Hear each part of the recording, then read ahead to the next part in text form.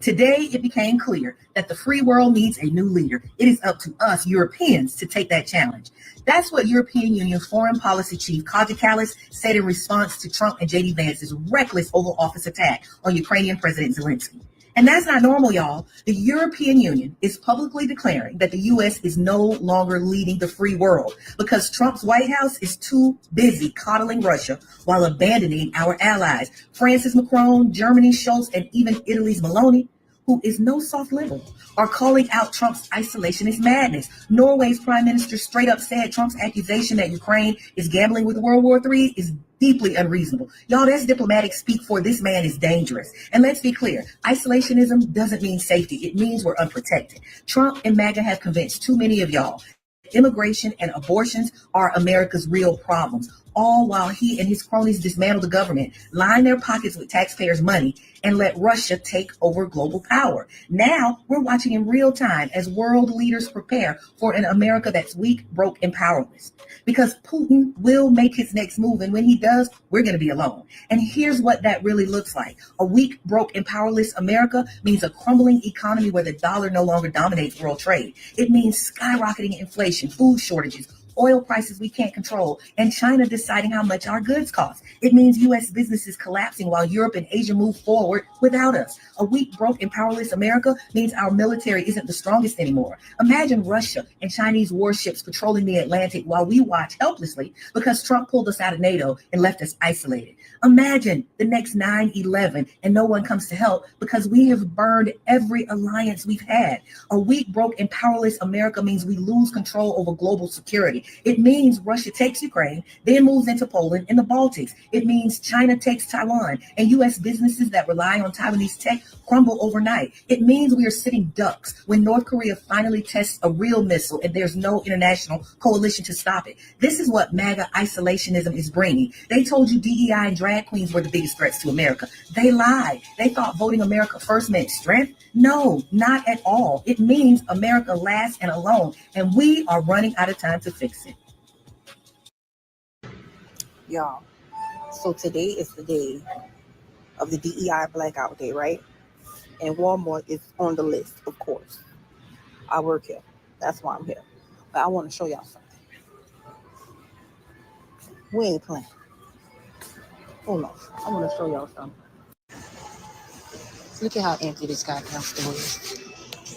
Not a soul in here but people who working. Not a soul. This store is usually on and popping at 6 o'clock in the morning, especially with all our regulars, all our little older folks that be in here. Ain't nobody in here. Nobody but the workers are in here, y'all. Yeah. These people not playing. Wow. Why Good do y'all morning. insist? Good Monday morning. Welcome to Let It Be Known. And we are brought to you by those blue glasses, whatever they are that Niel is wearing there with the blue sweater. We You got to tell us what all that is. Come on, who you wearing? Well, good morning, America. I'd rather not say because I still feel like we should be boycotting. Oh, okay, Um, okay. Who you with? but I will tell you that they're called the Oprah glasses, and I thank everybody for the compliments for the glasses. That's all I can say right now. That's all you can say right now. You know what? I realized something. I realized that, obviously, many of us have rightfully so left Twitter. Speaking of boycotts, right? And we're gonna get into the economic boycott this morning as well. We also have a special guest planned for this morning to talk about the late great Angie Stone, someone very close to her. And we're going to talk about some other things. But I realized this, Neil. Many of us have abandoned Twitter, and as I said, rightfully so. But Blue Sky, I mean, listen, we pushing up fan base for sure. Like I said, I had no problem jumping on that train and investing in that and being a fan base member. Um, and of course my man Chuck D's Rap Station and Bring the Noise app. I'm definitely down with that. I'm always there too. But Blue Sky impresses me because they still have been a lot of stuff coming over there from Twitter, but they've still been able to hold it down on Blue Sky. Just an example, the first when I opened up Blue Sky this morning, the first thing I saw was a quote from Fannie Lou Hamer. There is so much hypocrisy in America today. The land of the free and the home of the brave is all on paper. It doesn't mean anything to us. We have to build our own power. That is Fannie Lou Hamer. And then right below that, I saw this quote from Vladimir Zelensky, the president of Ukraine. Have you ever been to Ukraine? He says to JD Vance. JD Vance says, no, but I've seen some videos. And the commentator says, this is what we're dealing with, folks. Um, and then one other thing I'll bring up too. One poster says, "My mom said I don't understand. I thought Trump was going to make things cheaper." And the child replies to the mom, "No, mom, he lied to avoid prison." This is this is on Blue Sky. The first three things that come up on Blue Sky. So nonetheless, there's that, Niel. But I think you bring up a good point about an alternative because a lot of us are still on Twitter. And I just think that bringing that up just shows you that there's an alternative. And it's hard. It's hard to just stop and go cold turkey. That's why we can applaud so many people for pulling up on Friday and participating, although the numbers aren't out. But Blue Sky is an alternative to get away from Twitter. And because we know who owns Twitter, and that's who a big portion of the country is resisting right now. Hmm. Yeah. I don't think Blue Sky is black owned, Empress. That's why we mentioned too Isaac Hayes and his fan base and Chuck D's Bring the Noise are apps that are black owned, totally black owned. So and in fact, with fan base, you can have part ownership. Depends on what you want to invest. So and you can And let's also be clear, make money. but let's be clear, a lot of content creators, a lot of black content creators say that they aren't able to fulfill everything that they get from the other apps on fan base. And Right. so, we want to support black, 100% black owned, Hmm. but sometimes they're not giving us everything that we need. So to your point, Blue Sky, I hear a lot of great things about it. I've never been a big Twitter person anyway, so Hmm. it wasn't something that really jumped out at me. But it is an alternative to Twitter if you just like those quick, snappy Hmm. reactions, which Twitter was like, that was their niche. So Yeah. many words, so many characters, and there you have it. Yeah, and the last note on fan base, you can earn money with your videos on. It Mhm. depends on how many uh, hearts or whatever it is that you can get, but they do pay out. So um, you never know if you keep building it. But you're like you said, and I said this too. There's a lot of kinks to be worked out over at fan base. A whole lot of things that needs to be worked out. And you just don't. Listen, you just don't recommend something just because it's black owned. No. But it's And a big portion of why you do, but you can't, yeah, but right, that's the point. right, exactly. Because we got to step up. We can't say read the black press if we're not giving you nothing to read. That's So if we're gonna go MAGA like some black folks have gone, then don't read the black. you're right. But speaking of MAGA, one of the most hideous scenes you'll ever see in the White House on Friday. Most have seen it by now. And in addition to that, though, what is not being talked about enough is how in the world, Niel, did Russian state run media get into the White House for that press conference, for that little photo out with Zelensky? That Donald is atrocious. That's that. How did they? Donald Trump, the Trump administration. That's how willingly opened the door, kicked out the AP and made room for Russian state-led media, which is why I think we don't have the full scope of what people were able to accomplish on Friday because they don't want us to see the Right. power that we had. Okay. Hmm. I think you're right, and again, we're gonna get to that because I think you're 100% right. But it was bad enough to see the president and the vice president berate another president. Could you imagine had a U.S. president, Trump or Biden or anyone else, had gone to another country, sat there, especially before cameras, before the media, and be berated and chastised like a child? Could you imagine the uproar? I think, and I'd be willing to say this, that it would be both Democrats and Republicans expressing outrage that a U.S. president would have been subjected to that. But you know what this actually did? It helped amplify the message of the Ukraine and provide more support. So I think in the end, it was horrific. Never seen anything like it before, but it helped people resist more against the Trump administration because people Well, just believe it. yeah. And well, I'll give you a couple of things from leaders worldwide. Italian Prime Minister Giorgio Meloni said that every division of the West makes us all weaker and favors those who would like to see the decline of all civilization. The Prime Minister went on to say he was embarrassed.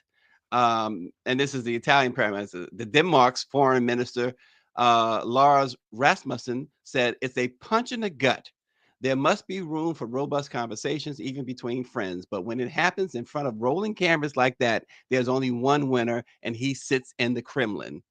The, Hmm. Euro- the European Commission President Ursula von der said, "Your dignity honors the bravery of the Ukrainian people." She's speaking to Vladimir Zelensky. Be strong, be brave, be fearless. You are never alone, dear President. We will continue working with you for a just and lasting peace. And then the Moldovan president goes on to say, the truth is simple. Russia invaded Ukraine. Russia is the aggressor. Ukraine defends its freedom and ours. We stand with Ukraine. And finally, Spanish Prime Minister uh, Pedro Sanchez says, Ukraine, Spain stands with you. And there was many more statements like that from world leaders condemning that fiasco that happened in the White House. And you saw in the White House, um, JD Vance really staking claim to that number two position. He's staking claim to that heir apparent position. Well, that was the first time he was allowed to speak. That was the first time since he's been in office with Trump that we actually seen him do something. And it was just to entertain Donald Trump. And once he started getting into his rant, Donald Trump stopped him because he's like, you're not going to take this headline. And then Donald Trump Yep. jumped in. But I Yep. think you left somebody out. So the G7 summit is supposed to take place in Canada this year, and there was lawmakers that said that they didn't want to invite the United States. They didn't want Donald Trump to come, and so it's going to be interesting to see how that plays out because the United States have always been in that picture that you see from the summit with all of the leaders, and they don't want Donald Trump there. And as Greer mentioned, and I think you touched on this, remember that Trump defended Putin his last term when our own CIA said Russia interfered in our elections. Trump said it was good TV after that. And she said he's from Queens. He's from Jamaica Estates. Let's get it right. That's not really part of Queens. They're leasing that land from Queens. And one last, I got to bring this up too. The deputy of the conservative German party, Johann Wonderful, PHUL, um, who is the party of the incoming chancellor, said this. He said, the scenes from the White House are shocking. How can you stab the president of an invading country in the back like this? Free Europe will not betray Ukraine.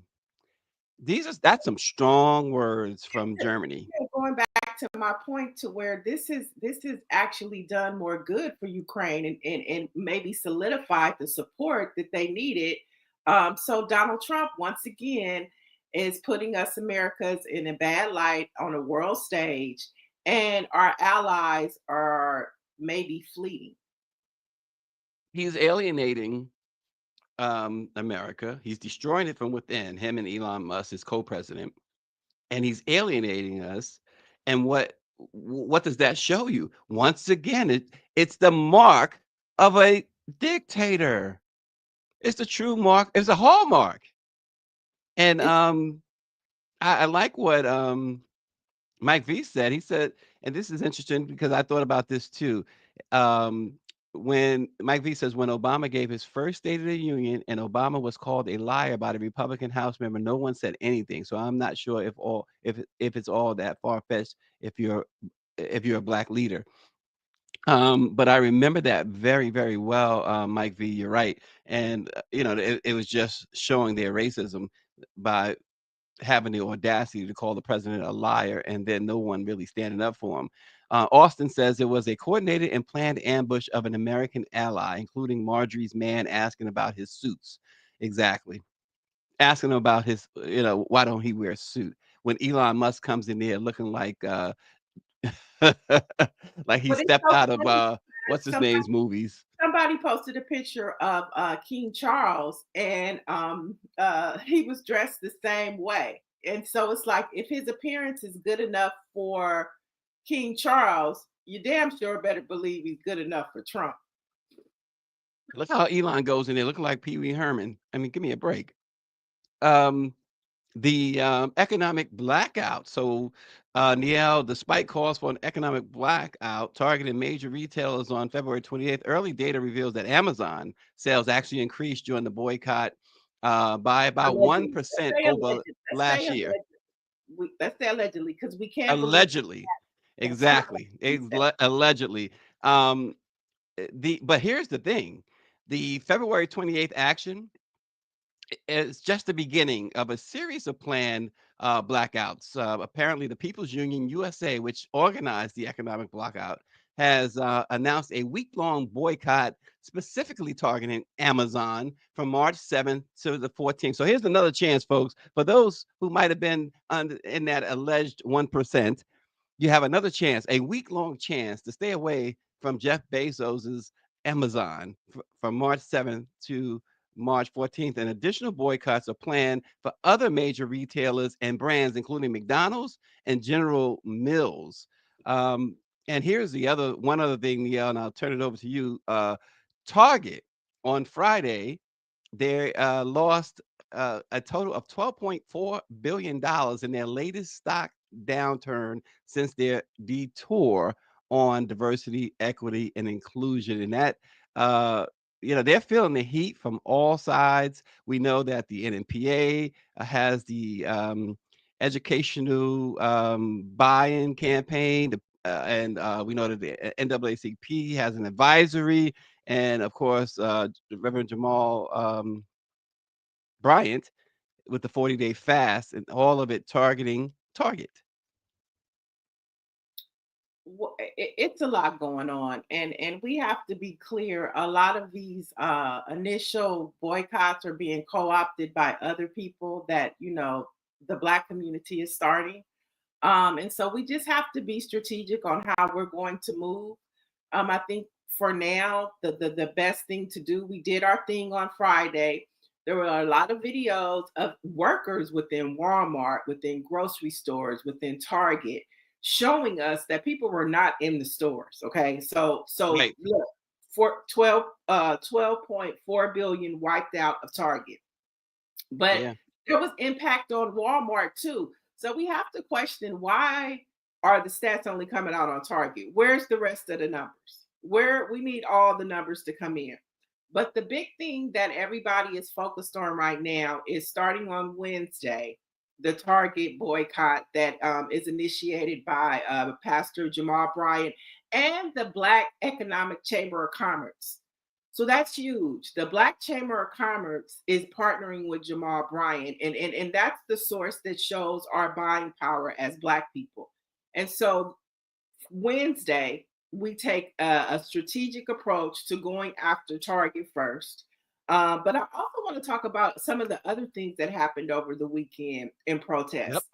You had JD Vance, who went on a ski trip in Vermont, Oh and they heckled gosh. him from the time he hit Vermont all up and down the slopes. When he was skiing down the slopes, the people were protesting and yelling at him. So he didn't have a good weekend. And then Hmm. all across the country at Tesla car lots, at SpaceX here in California, there were mass protests. Now, you might not have seen any of that on the news, but people were out in action. What I found interesting, though, I didn't see a lot of Black folks out there. So we are still picking and choosing what we are deciding to do. And I love it. I love it. Let them do that. But just know the protests were happening all across the country this weekend as we kicked it off on Friday with the economic boycott.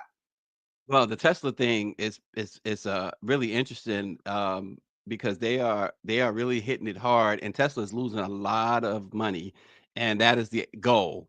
Um, Wake this guy. This guy is sending people to their deaths, fired, having them fired, and laughing about it, and it's horrible. And I think what rubs you, it doesn't matter who does it. I understand that, but what makes it even worse is this guy comes from apartheid South Africa and gets all his power here. Look at that. They were out. I love it. Pull up, pop out, show them. Pull up, pop out, show Empress said that JD Vance is a product of DE and I. But see, they have totally twisted what the meaning of DE and I really is. And so, again, they wanted it to seem it's all part of the bigger picture, with the Trump administration, with the Trump campaign, is to make folks feel, white folks in particular, feel that they somehow have been discriminated against, and that somehow other folks have gotten the advantage because of their race or whatever, and he's been calling that racism, but against white folks. So, and some of them. his policies he's introduced too shows that. It's just a dog whistle. When I hear DEI, I hear NIGGA.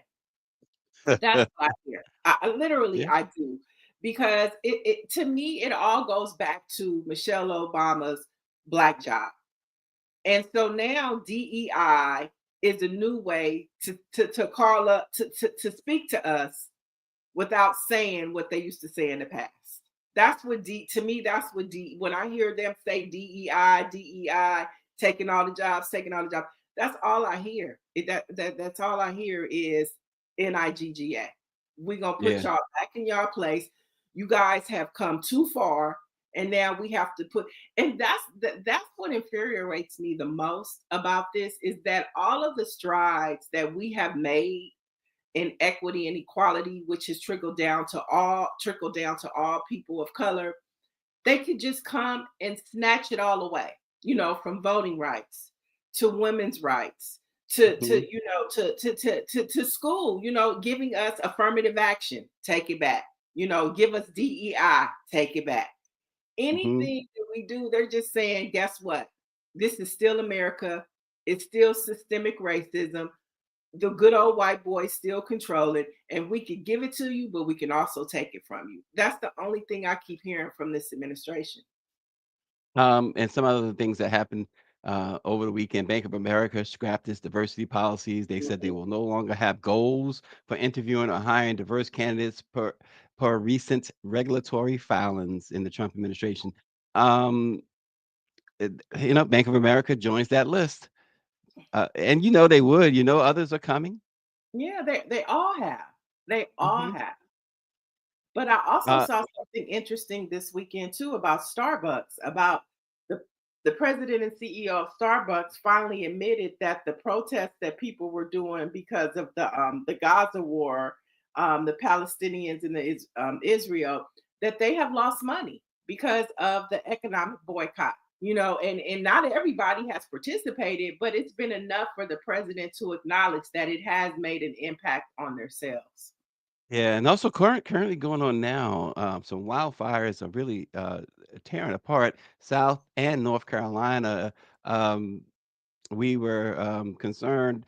We have a great aunt down in Myrtle Beach, and that's where one of the locations are. But my aunt Pam says that, or my sister-in-law actually says that my aunt is doing well. I checked in with my aunt because I also thought it was in Virginia as well, but she says no, it's down in North Carolina and South Carolina, and now also parts of Georgia. But those fires are ongoing. And here's the thing with those fires: wildfires, as we learned last with Los Angeles, you know too well, unfortunately, Nell, about these wildfires. But when you have an administration that's rolling back FEMA protections and FEMA help and other types of assistance, this makes it even more deadlier.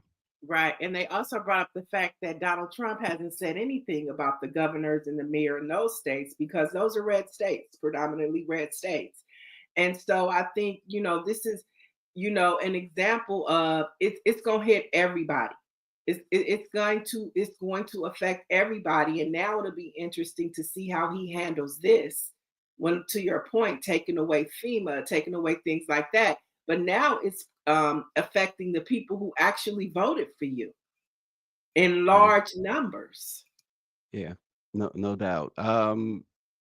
A Georgia judge, here's something else. Speaking of down south, ruled that a railroad can seize the land of black landowners. We've seen, c- you know, this is a story as old as this country, taking land from black folks. Hmm. You guys had a great case out there in Los Angeles. We talked about it with one of our guests that we had on. Gosh, I'm drawing Camilla a Moore. blank. Yes, Camilla Moore. and you want to see more of that. Are you talking about But Bruce's Beach? Bruce's Beach, yeah, you want to see, Mhm. you'd like to see a lot more of that, but we know we're going in the opposite direction. So um, this is some dangerous times that we are in right now, Niel. Something else that came up: Trump wants to reinstate the death penalty for drug dealers. Mm. He wants drug dealers to be put to death. And who do you think? Who do you think that he believes is doing the dealing?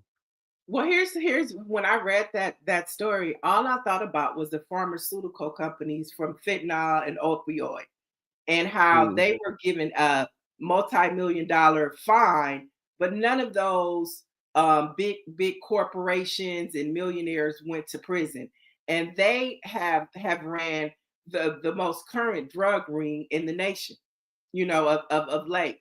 Now, does that apply to them? The Johnson and Johnsons, the right, Pfizers, does that apply to them?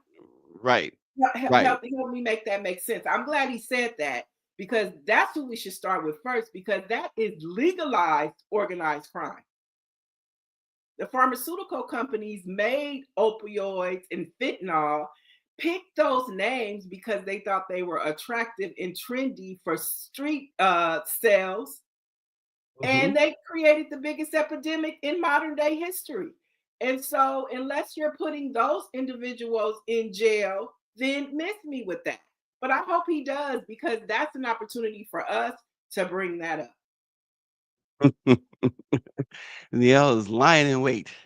Yeah, let's go. Let's go after Pfizer. Let's go after Johnson and Johnson. Let's go after those CEOs, and let's not just put fines on them and ask them for multi-million dollar settlements. Let's actually lock them up. Lock him up. Where we hear that Lock from? them up. Let's go, Mr. Trump. um, let's go. Something else that's going on as well. Is that the University of Alabama's Black Student Union. Remember they closed that. Now the office has been turned into a food pantry. It is just one of the many harmful side effects of an Alabama legislation, SB 129. It's an anti-DE&I legislation. So the office, which was closed in 2024 without students being given an alternative meeting space, is now a food pantry. Mm. It's where things have gone. And get this is not even 2 months into this administration. It's not even 2 months in. I think that they're trying to keep pace with. They said it took Hitler maybe 56 to 60 days to destroy a democracy. I think they're on that target in projection. I think that's their target. How fast? Yeah. Because they know from the last administration that they have no time to waste. So if they want to be able to keep him in office forever or another term, if they want to roll back all of these things, they have to do it now while they have the power. And they have to do it before next year when Democrats can take Midterms. control of the House and the Senate. And so they're moving like a freight train. And if we, the people, don't do something, they're going to succeed. Well, they're moving at a rampage like pace, and just think about the distractions that they continue to throw out there to hide their hand from what they really are doing. David sort of disagrees with you, Niel. David Youngblood says no, Niel, they did it in 3 weeks. So, Are you talking um, about Hitler? Who are we I'm not talking sure. about? That's a good point. I don't know if he's talking about Trump or Hitler. Well, we Um, haven't totally got rid of our democracy yet, but we're on a fast pace to destroy it. Yeah, and RG makes a point. He says the laws from those land cases come from laws pertaining to enslaved Africans. Now people will see why federal judges' appointments are important. Yeah, David was talking about Trump, Niel. Well, we still have a democracy. It's fragile. It's fragile, but it's still there. Well, and you can understand why it's hard to see that it's still there. I question it too. I don't. I feel like David. Not. I'm not saying you're wrong, but I feel like David. That where's the democracy here? you know, it's hard to, it's getting harder and harder to find, which was to my point. It Hmm. took Hitler so many days, and they're on that trajectory to make that happen. And Yeah. if we, the people, don't do something about it, it's definitely going to happen soon. We're almost there. We are Yeah. almost there. Well, And to um, the point about federal, I think that there's a generation who's going to begin to understand the importance of federal law. When you leave things up to the states, that was the whole point of the Civil Rights Act and thing, is because the states weren't able, they were racist. And so it coupled under federal law to make sure that we had voting rights on a cross the board scale. But when you leave it up to the states, it becomes very scary. Very yeah, scary. it is. It is amazingly scary. So also, as you know, over the last few days, we had a couple of huge losses in the civil rights world and in the music world. We start with Dr. Hazel Dukes, who was a formidable leader in civil rights, deeply committed to justice and equality as president of the NAACP New York State Conference and a dynamic force on various national committees. She bridged business, government, and social advocacy to enhance life in New York State. Dr. Dukes also led her own consultancy focusing on public policy, health, and diversity, and was a respected voice against racial injustices such as intimidation and violence, notably the disturbing trend of displaying nooses. She was educated in business and law. She was recognized with multiple honorary degrees and prestigious awards, including the Ellis Allen Medal of Honor, the YWCA's John Lafarge Memorial Award for Interracial Justice, and the NAACP Spingarn Medal, honoring her dedication and leadership. Uh, uh, Dr. Dukes was a big loss, and a lot of people. I saw a lot of people, Neil, immediately began mourning her loss.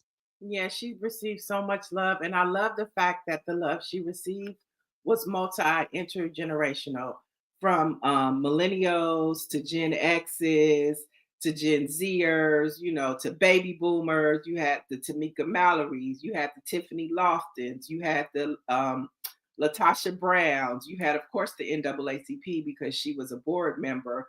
Just so much love. It reminded me of a beloved NAACP board member that we had out here, Willis Edwards. Just transcended generational conversations, generational love.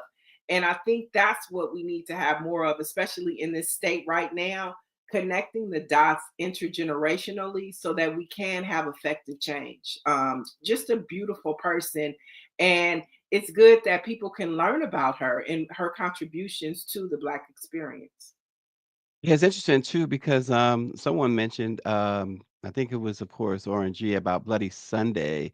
It makes me think of that only because of the activism and the things that she was a as strong a civil rights leader as there have been. Um, but RNG says he's going to be in Selma from the 7th to the 10th, not for symbolism or a photo op. He says some of us need a history about Bloody Sunday. Um, and Dr. Chavez yesterday was talking. We had a discussion yesterday, and he was telling me he's headed down there, of course, as he does every year. But you can expect a whole bunch of civil rights leaders, advocates, and supporters down in Selma. It's going to be an interesting year for that too, because it probably takes on even more meaning this year in this moment than it has in recent years. Yeah, I agree. But, for who? It's like we have to begin to connect the dots because our elders are getting older and the group of people pulling up is getting smaller because the impact that that has is not as meaningful to a younger generation. And so, like I said, because she was an example of being able to connect the dots on an intergenerational level, and hopefully we can continue that because that's the scary part and that's the missing piece of like why is all of this happening is because some people don't really feel the effects of it just yet. Yeah. Also, as many, if not all, know by now, the tragic death of Angie Stone, originally from Columbia, South Carolina. Angie Stone rose to prominence in the late 1970s as a member of the female hip hop group The Sequence. Their hit single "Funk You Up" was later sampled by Dr. Dre on "Keep Their Heads Ringing" and Bruno Mars and Uptown Funk. Um, I got a chance to talk with Chuck D, Rocky Buchanan from the Hip Hop Museum, Curtis Blow, and others over the weekend. And everybody was stunned and saddened over the death of Angie Stone. She was apparently leaving a concert. Um, and it turns out, obviously and unfortunately, her last performance in Alabama when this terrible, terrible accident occurred. Just reminds you how fragile life is. Because she had just finished performing. I saw the video footage. I posted it on my page about how she had just performed and she was heading to the next spot to have another concert, and it just happened. And she was the only one that they say that had died in the accident. And so it's just tragic that, like I say, life is fragile and you just Mm-hmm. never know. And it's just so sad. Much prayers to her family, and of course the R&B industry.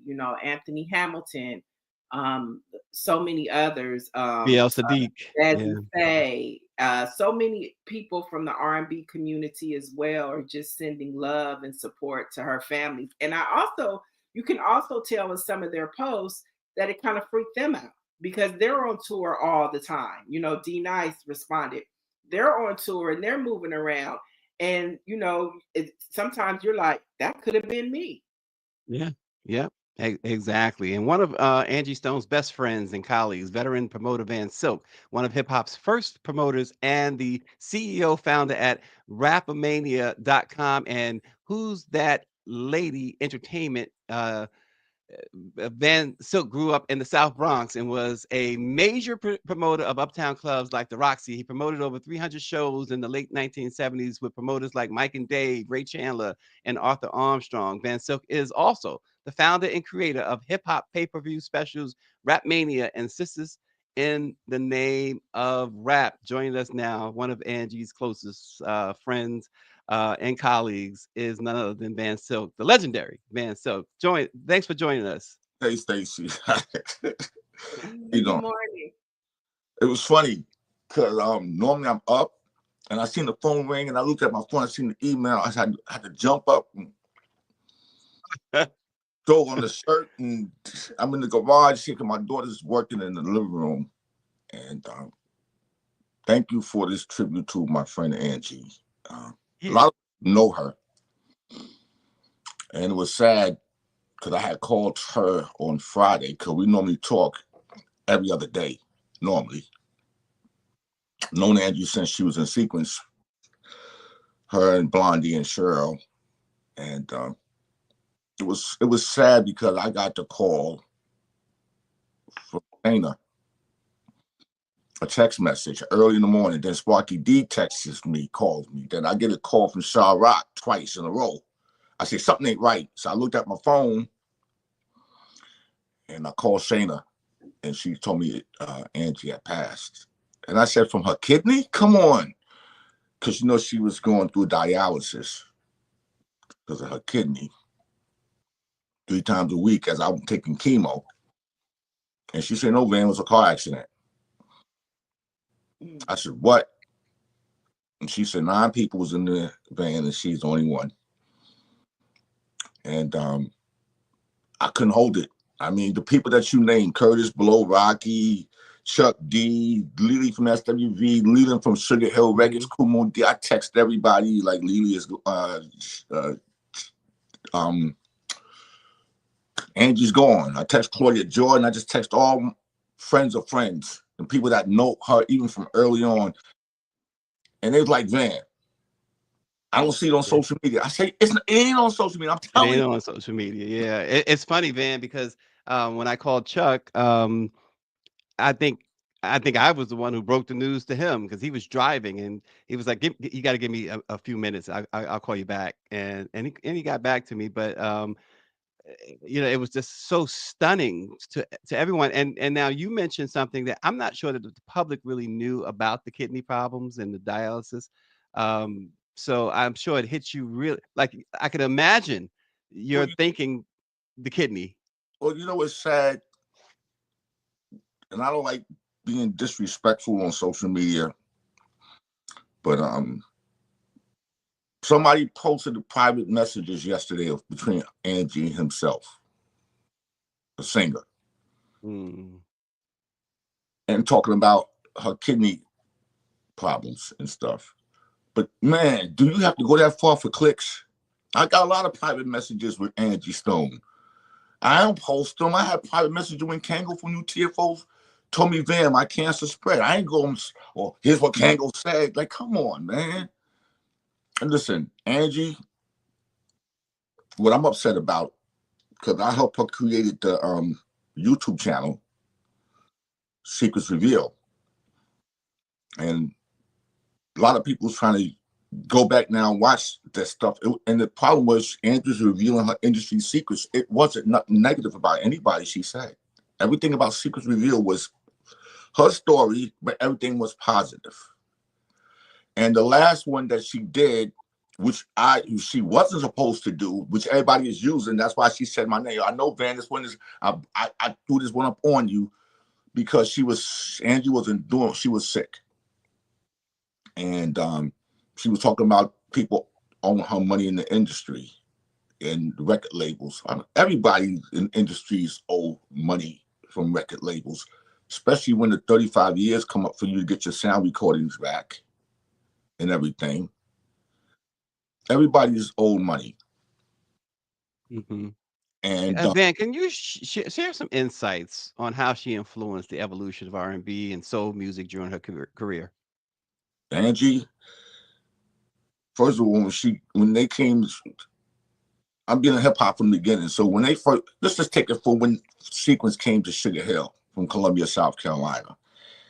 And we had female hip hop groups out here previous to Sequence, but they was the first one to record to go gold.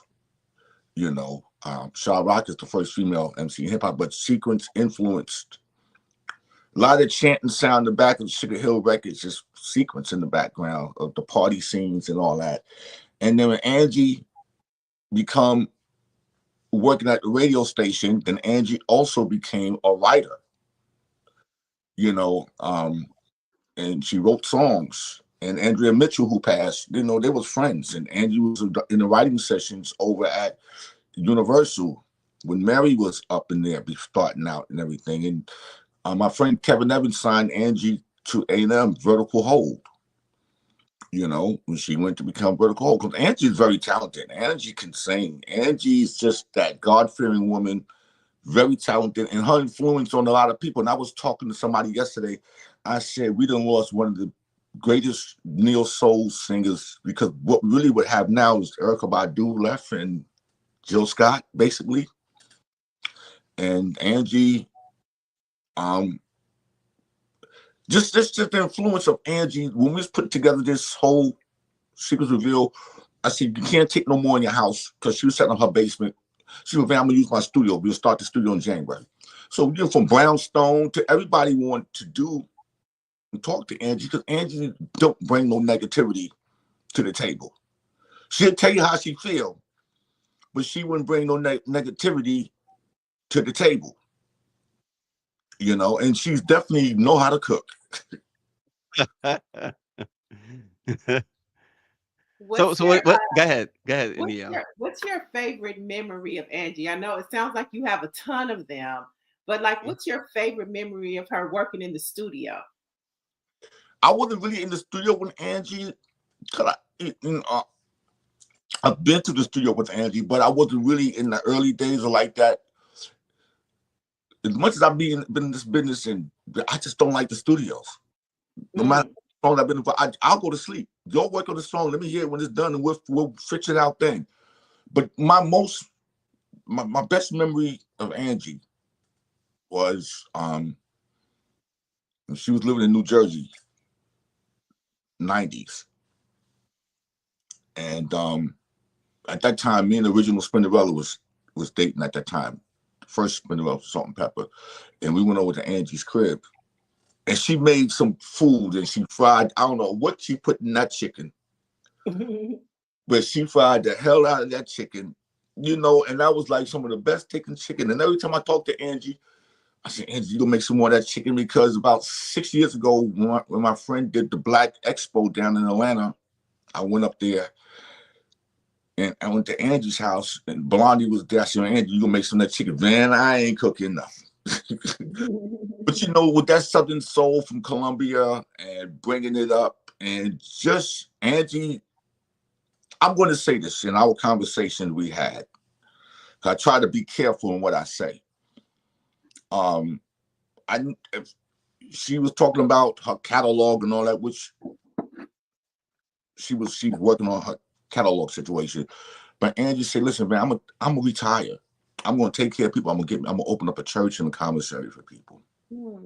And that's what Angie's mindset was, with her kids, Michael, which is D'Angelo's son, and Diamond, who is Rodney's daughter. And I talked to Rodney for a whole hour and a half yesterday morning from the Funky Four, plus one. And she's just a great person to be around, just like you can't. I didn't even know she was going to be in Alabama. From she wasn't supposed to be working. And I talked to one of my friends who was a booking agent.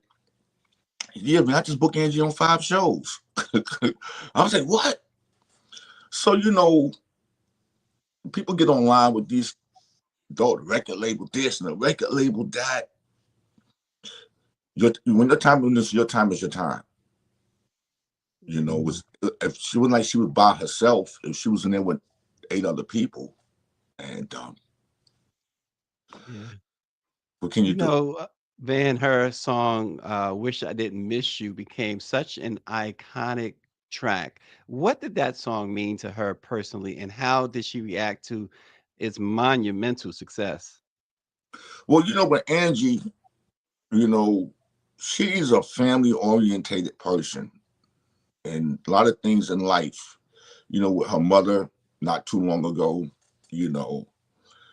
things that happened, because Angie didn't use drugs. She from the whole industry, that she just never got caught up into none of that stuff, drinking and smoking. And there's a lot of things, I guess, of conversation, because my family, my mother don't come from Holly Hill, and my parents don't end up living in Columbia when they moved back, when they retired. And Angie was talking about the things that they did growing up and then coming and migrating to the North. And it's just probably a lot of things in her life. She's saying when we had to go to school and pick tobacco and, you know, just different things. It can mean a whole lot. I just know the song that she did record in November called Industry, which is the Patrice Rushen track. She let me hear it. And I said, Andy, let's do a video to it, because it was a song about the industry. Industry, you know, it's not good to you or me. But she's trying to teach Michael and Diamond, her son and daughter, about the music industry. So we couldn't do a physical video of, come on and get in front. So I just said to her, get me some pictures, and I get my guy E Boogie, who just finished my project, Spittle Quit, with over 125 MCs to keep K Slade legacy going. We put the video together. It's called Industry. It's a real good song. It's almost like this is the last song I'm going to put out. You know, I could send it to you because YouTube copyright strike, because we didn't get to clear it. But I put it up on Rumble with no problem. Or I put it up on my TikTok with no problem, and my Instagram. But that was a song that I call E-Boogie. I saw E-Boogie, man. Damn, man. That song, we put it out in December. And Andrew's so excited because she's going to go back in the studio. And, you know, she has some good deals on the table. I could tell you that much. Mm-hmm. You know, I could tell you that much. I just try not to exploit things that I know, but she had she's talked about, I know she's been in conversation with Tyler Perry. You know, yeah. And she had 2 other good deals, you know, and it is what it is, you know. Right. You know, I just don't like the fake people that now want to post pictures of her. You know, and over the last 6 months, she's created, like I said, we created the YouTube channel. Where was all your people in? Now I looked at one post went from 2,500 to 75,000. And that's the one they're using. The last one she did, talking about the Universal and all that. And I said, here y'all want to go and fight with the negativity.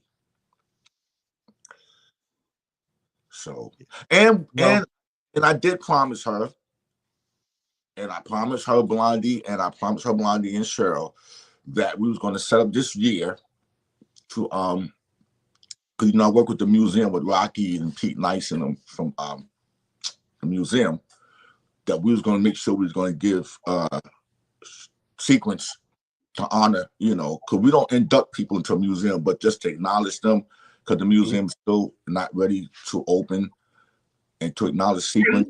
Are you talking about the Hip Hop Museum in New York? Yes. Okay. Yes, I work with them. I've been working with them. And Pete Nice from Third Base, who I managed along with Eclipse, who I got back together, him and Search. He's the curator, and Paradise from X-Clan is the curator. Okay. So, wow. And the museum is going to be great in the Bronx, because I've been working behind the scenes with a lot of the artifacts, that a lot of stuff that people will be surprised. You know, even when my little brother K Slade passed, we had to go and pack up his condo. He had everything from the 70s. His quarter field, everything. We even got it posted with Angie Stone with C and all that. So it's things that we have, you know, to keep the legacy of hip hop and R&B going on. When is it expected to open? Hopefully late 26. Okay. You know, I mean, it takes a while, because people say museum, you know, and it's money, funds, nonprofit. You know, it takes a lot when you're trying to do something, because I tell my grandkids, this is for y'all. I'm already hitting the 4th quarter of life. You know, like, we got to leave a legacy of what really happened and how we started hip hop from the beginning. But it's not only about just the beginning of hip hop. It's also about music. Okay, hip hop everywhere. You know, even though it started in the Bronx, but we just have to tell the story because, as I talked to Chuck D, and here's a custom made Public Enemy shirt. Don't even have in existence, and Chuck don't even have one. Yeah, because I asked him for a shirt. Yo, Van, just go make a shirt. Just don't make too many. But we have to understand in our music, just like there's the whole disagreement. I only call it disagreement about the Puerto Ricans in hip hop. And I already did a whole interview with 3 people who was there. Charlie Chase from the Cold Crush, Ruby Dean Whipper Whip, who was Hispanic. No, they didn't have nothing to do with the beginning of hip hop. But as everybody want to do the stories and do clickbaits and talk to people who wasn't there. That's like if me and you sit in the room and Berry Gordy sit in the next room, they want to talk to me and you, but not Berry Gordy about most. So it's just here, even with the whole story with Sequence. A lot of people didn't give them respect in hip hop because they didn't grow up in the culture before records. They came right when the records came out. Even though they were the first female rap group to go gold, the Mercedes Ladies is the first female hip hop. They didn't give Angie and them the respect that they wanted on a lot of the things, which was always been one of their always coming back. How come we don't get the respect as everybody else? You know, and I think because Funk You Up was more of a singing song, and you know, tear the roof off to, you know, they rapped in it, but they wasn't known as MCs growing up before the records came out. But at the end of the day, them and the Sugar Hill Gang, I changed the narrative, was calling them, you know, part of the hip hop culture because they was really rap groups. Yeah, Questlove yesterday did a post with Sequence, and I think he educated a lot of us about Angie Stone in the hip hop era because everybody just thinks she's an R&B queen, right? But we didn't know the history of her being a part of the foundation of hip hop. Well, Shot Rock educated a lot of people because, you know, like I said, when you look at Sequence, Sugar Hill Gang, Grandmaster Flash and Furious 5, Funky 4, that was the lineup that went out on the road to Philly in the beginning. You know, those are the 4 groups that went out on the road in the beginning to WDS in Philly. It went down to Delaware. They went down to North Carolina. They went here. And Sequence just didn't. I think it's more because I hate to say this because Shaw Rock was the only female in hip hop before record with the Funky 4. I think it had more to do with them being women. I hate to say this. Not to say there wasn't women before record, because even to get props to Lady B from Philly as putting out a record then, and we had other females previous before record, you know, but they didn't become big until after records. But Sequence came with a record, and a lot of us were saying, who are these girls? That's the same thing that we all did. Who was the Sugar Hill Gang? We didn't know none of these people. So I think the effect of Sequence was the same thing, but she married Rodney C from the Funky 4, which added a little bit more credibility to the situation.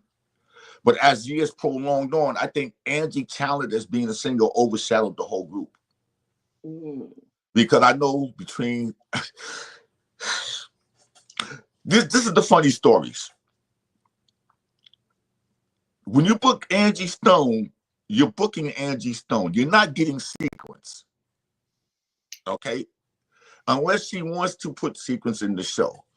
So, but Angie Stone costs more than Sequence. So promoters was trying to be slick to book Sequence.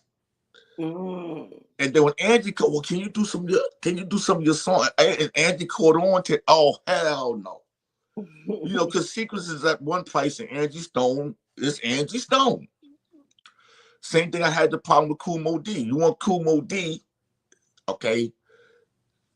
And then the Treacherous 3. So I did Kool Moe Dee in front a few years ago. Go, man, make a Kool Moe Dee the Treacherous 3. If you make it the Treacherous 3, then it's equal pay. And Quiet as Be Kept is really not equal pay because the songs are too different. It's like Gladys Knight and then you got like Donna Ross and then the Supremes. There's two different type of songs. Right. Mhm. So it's Wow. where Angie Well, said, and they just want to book sequence. And when I get to the show, they want me to do my songs. And she said, I caught on to these promoters. They slick. well, Van, I have just one more before we let you go. Eh, how do you think and how do you want Angie Stone's music and influence to be remembered um, and preserved in the industry? Two things gotta happen. Number one,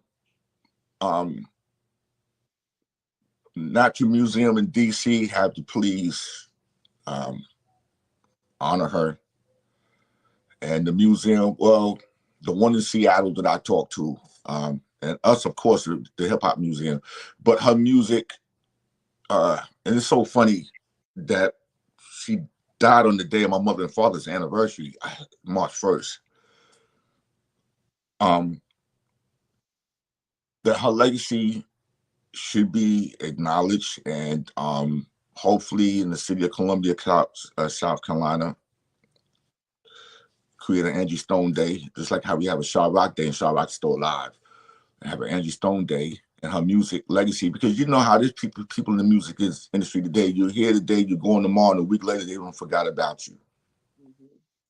You know, and you just have to keep the legacy going. Just like with K Slade, when he started the 100 MC, the 200 MC, I just kept the legacy going last year, and we did 125 MCs. I mean, Ice-T, everybody did it. Chuck D, Roy Jones. I mean, Digital Underground. But the thing we have to do with Angie is once everything, the dust settled and clear,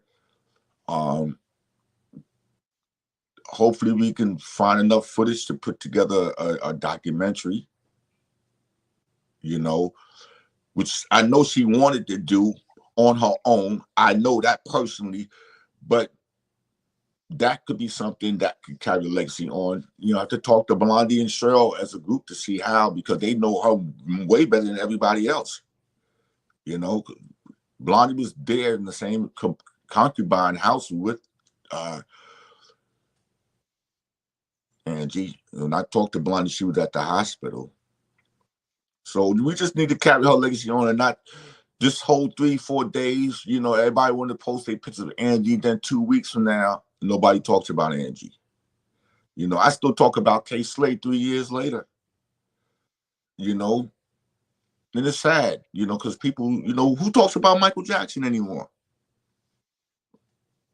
We just lost Jerry Butler and Roberta Flack. Yep. Yeah. Well, Van, it is a privilege to talk to you this morning. We really appreciate you taking out the time, and we know you're grieving, and so it's a difficult time. But we really, really appreciate all the insights on the great Angie Stone. Thanks for joining the Black Presses. Let it be known. Well, you know Appreciate what? you. I appreciate that, and I rather had talk about it, because when I gave it to all hip hop, and a lot of people clip what I've said, because you know, I rather talk than to have somebody who don't know talk and just run their mouth on things that they don't know or wasn't around. And like I said, you know, there's things that I've known over the last 6 months, just in the last 6 months, I just can't talk about. But the industry, Angie's death was fate. I was there. I want to hear the industry and the Clyde Dick. Now they got her and Clyde Dick. Like, come on, man. It was 9 people in the van. I'm glad you said that. I'm glad that you're saying that. It's like, how stupid. It's all clickbait. She talked about DMX. She talked about everybody in a positive way. It was nothing negative about Secret Reveal. And now I looked this morning. I'm gonna tell Shayna just to shut the pace down probably. Now you got the Clyde Davis one. Oh, the industry 2 months ago, she made this video and now she's dead. It was 9 people in the van. If she was by herself, that's one story. If she was by herself and it happened, it was 9 people in the van. Angie, if you see how slim she was very small. And I'm gonna be honest, because she did talk about it. She needed the kidney. She definitely needed the kidney. You know, which Al B. Show gonna put her. I'm gonna say it. I don't care if Al B. Show get mad. He put her in her private text message on social media yesterday. And people saying, whatever you do in life, don't text, I'll be sure. Yeah. You don't, but I'm just saying she was, like I say, she was going 3 times a week. She talked about her dialysis, but she definitely needed a kidney, you know. And who knows, that could have been part of situations, you know. Mm-hmm. The people that want to show the videos, the crash scene online, like, you only got nothing else better to do.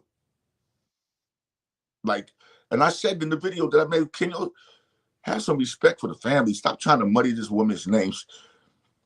She's not even dead. One of my friends told me, I ain't gonna say the promoter's name because I don't know his name. They had just sent some money to her and asked, her body wasn't even cold, can they get their money back? Deposit. Her body wasn't even cold. Well, again, Van, thanks again for jumping on this morning and sharing these insights with us. We appreciate it. I'm sure we'll be in contact. Yes, and rest in peace, rest forever, sleeping peacefully, Angela Brown, aka Angie Stone. Amen. Absolutely. Amen. Well said. Amen. Yeah, it is it's interesting. He said too about with the all hip hop reference and making sure that he told the story, instead of somebody else who don't know the story telling the story.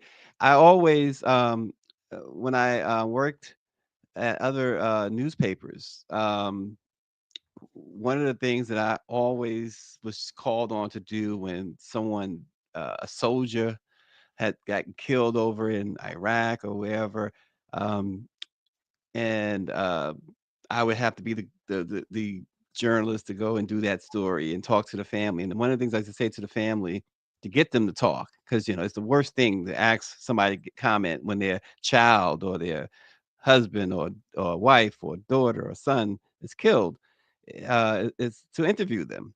But one of the things I would always say to them is, the media is going to tell this story. I just want you to tell the story so that people will know the facts about your loved one. Because I don't want to be in a position where I'm putting something in a newspaper about your loved one, especially while you're grieving, that may not be accurate. And 99 times out of 100, they start opening up and they tell the story, and you got a really good story to tell. I But thought that was Angie, beautiful that was the hip hop history lesson to know about sequence. Like I said yesterday, Questlove posted the pictures. I mean, I've heard about it, but I didn't know the intricate part that she played in hip hop. You know what I mean? She had before mhm. Salt and Pepper, there was sequence. And those are stories that need to be told. Another fun fact that I discovered is that she sung the jingle to Girlfriends, the ultimate little show. I had no idea that that was Angie Stone, but now that I hear her voice. Yeah, So there's just so much that she has contributed to the culture, as we say, Black culture, for the culture. Angie Stone, behind the scenes, whether you knew it or not, she was always contributing to the experience. amazing stuff. It's sad loss. Didn't know about the kidney situation. Hadn't heard about that at all. And like you said, it's things. Well, things that really not. It's not really our business, but the honesty, the openness, you always appreciate that. And the fact is, she leaves a really, really great legacy. She really does. Yeah. Never really heard anything negative about her. You go through Mhm. this industry and look at any artist, and there's always some sort of scandal or some sort of uh, controversy, and never really heard anything about her in that light. So, um, tells you a lot. Tells No, you a yeah, lot. and I was going through my phone. I still have her number in my phone. I used to book her. Well, I booked her a couple of times on Fox Soul, and she gave you your number. Always answered. Always kind. Like I said, she was a contributor to the Black experience, to Black culture. on so many levels, whether she was a songwriter, whether she was an artist, whether she was lending her voice for a jingle. She just was always in the mix of things. And I just hope, like he said, Roberta Flack just died. We just have to keep our contributors to our experience at the forefront. And I'm so excited that they're going to put her in the museum, the hip hop Yeah. museum, when it gets open. Yeah, that museum and everything of what they're doing there in the Bronx is going to be amazing once it's all completed. They have one of the things I like most, in addition to the museum, it comes with these condos and this community, which folks who are building it are folks who mostly look like us and who are actually going to live there. And Mm, that is it's some amazing stuff going on in the Bronx. So I uh, can't wait. big, yeah, hat tip to them. Sounds like Um, Lindsay Known is going to be there for the grand opening. I can't Sounds wait. like it. Sounds like it. Listen, before we go, we got a couple of things. Wanted to lift this up. Governor Westmore of Maryland. This is how you hit back. This is how you you come back at uh, wrong. He is launching an initiative to streamline state jobs for displaced federal workers to try and blunt some of the trauma caused by Trump's inhumane mass firing. So he's opening up some state jobs for folks who are being unjustly fired in this purge that Elon Musk is leading. I think that's huge because, of course, that's the DMV. He's Maryland. A lot of those people in his community, in his state, are affected by what Elon and Trump is doing. And so, for him to do that, I think that it's critical. It's necessary. And for him to identify that and really move on that, it just says a lot to his leadership. Not to mention, people are looking at him, for a potential run. You have Governor Newsom out here in California, but there are a lot of eyes Mhm. on Westmore too for presidency. And so that's how you lead. Yeah, yeah, and real quick, a little segue about presidency. Andrew Cuomo formally announced that he was running for the mayor's seat in New York City, We and knew that was coming. We was just yeah, waiting for the we're just announcement. waiting for it. And just it was a few short years ago. He was a big name to watch for the presidency as well. So Right. And it was a few years ago that he was caught up in the Me Too movement. exactly, So, exactly. he has his pros and his cons. Yeah. So we'll just see how that goes. Don't forget Michael Blake, former aide to the Obama, former assembly member in New York, is also running on that ticket as well. And Yep. so it'll be interesting to see how that all pans out. Another thing I wanted to we didn't touch on is that the State of the Union is tomorrow Yeah. with Yes. with Apparently, Trump. I'll be in DC. Yeah, and so the Congressional Black Caucus is kind of picking up what Maxine Waters used to do. I did it a couple years ago. I think I did it in 2020, where she has all of like Black media, Pen and young pad. media row, the spin room. You can interview and you can watch the State of the Union with the CBC members, because a lot of them don't plan on attending the actual State of the Union. So they'll be with Mhm. Maxine Waters tomorrow. That should be interesting. And the last thing is, this just broke. It's the State of the People. It's a 24-hour marathon that kicks off tonight at midnight. Joy Reid is going to kick it off. And so you're Yep. going to hear from voices like Latasha Brown from Black Voters Matter. You're going to hear from like Angela Rye.